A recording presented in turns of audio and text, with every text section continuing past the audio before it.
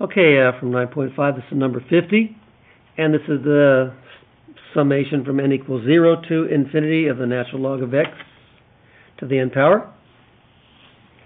And if we look at this, this is a geometric series where r equals the natural log of x, so it converges for the absolute value of r less than 1. No endpoints on the geometric series, it's got to be less than 1, so we won't have to worry about that. Let's try to find this interval of convergence, so that might be a little bit of a challenge. So we'll just set r, which is the natural log of x, less than 1.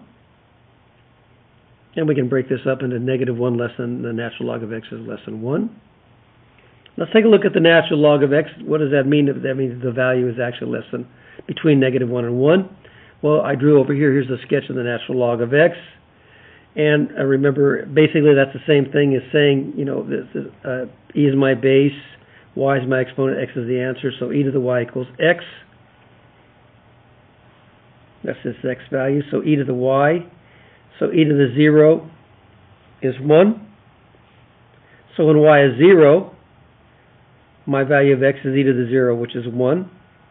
Over here it's 1 over e, and over here it's e, which is about 2.7.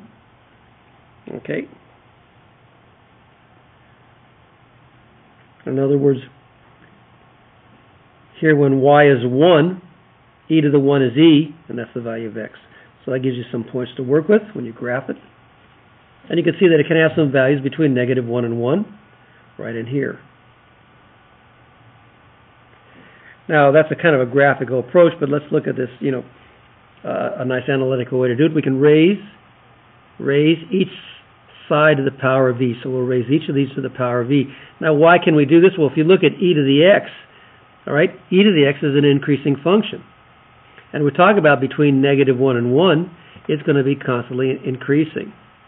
So any number that is to the right of -1, the value will be higher. It's going up.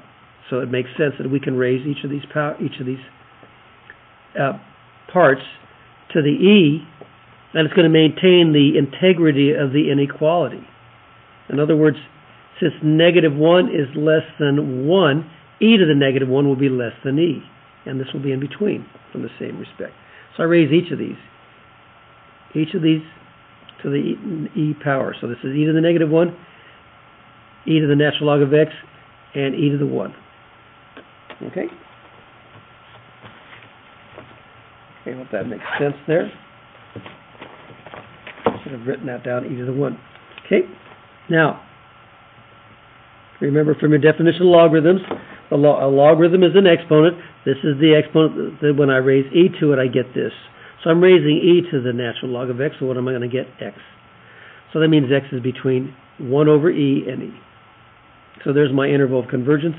1 over e to e, that's my interval of convergence. It's also my interval of absolute convergence because it's a geometric series, that's all we've got. So there are no values of conditional convergence. There's no place where it converges at the endpoints. Okay?